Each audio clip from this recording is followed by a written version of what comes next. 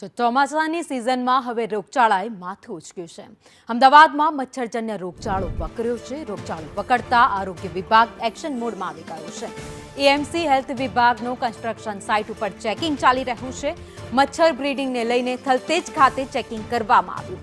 મચ્છર બ્રીડિંગ મળતા સહજ વન કન્સ્ટ્રક્શન સાઇટ સીલ કરવામાં આવી છે। આ સાથે જ અલગ અલગ વિસ્તારોમાં પણ હવે ટીમ જઈને તપાસ કરશે। જ્યાંથી મચ્છરના બ્રીડિંગ મળી આવશે તેના સામે સખત કાર્યવાહી કરવામાં આવશે।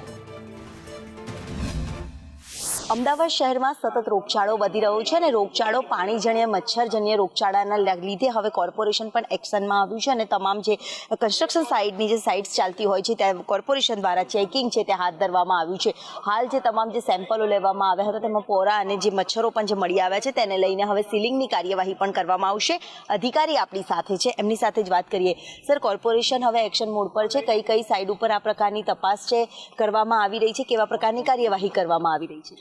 હાલમાં અમુક દિવસમાં છેલ્લા દિવસોમાં જે વરસાદ છે એના કારણે જે પેરાડોમેસ્ટિક એક્ટિવિટી આરોગ્ય વિભાગ દ્વારા કરવામાં આવતી હોય છે, તો એ પેરાડોમેસ્ટિક એક્ટિવિટીના એક ભાગરૂપે હાલમાં આજે અમદાવાદની તમામ કન્સ્ટ્રક્શન સાઇટ ઉપર એક મુલાકાત ગોઠવવામાં આવી છે। સઘન ચેકિંગ હાથ ધરવામાં આવ્યું છે। કન્સ્ટ્રક્શન સાઇટ ઉપર જે જગ્યાએ લિફ્ટના ખાડા હોય, જે જગ્યાએ કન્સ્ટ્રક્શન ચાલતું હોય, જે જગ્યાએ પાણી ભરાઈ રહેતું હોય એ જગ્યાએ એડિસ ઇજિપ્ટી જે ડેન્ગ્યુ માટે જવાબદાર છે એ મોસ્કીટોના બ્રીડિંગ છે કે નહીં એની જે તપાસની કામગીરી હાથ ધરવામાં આવી છે।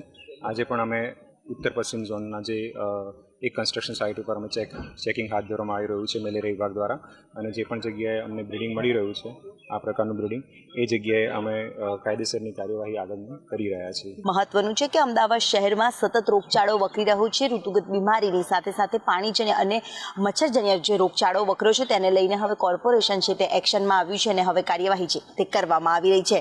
કેમેરામેન મનીષ વાણિયા સાથે દિવ્યા ચૌહાણ, સંદેશ ન્યૂઝ, અમદાવાદ।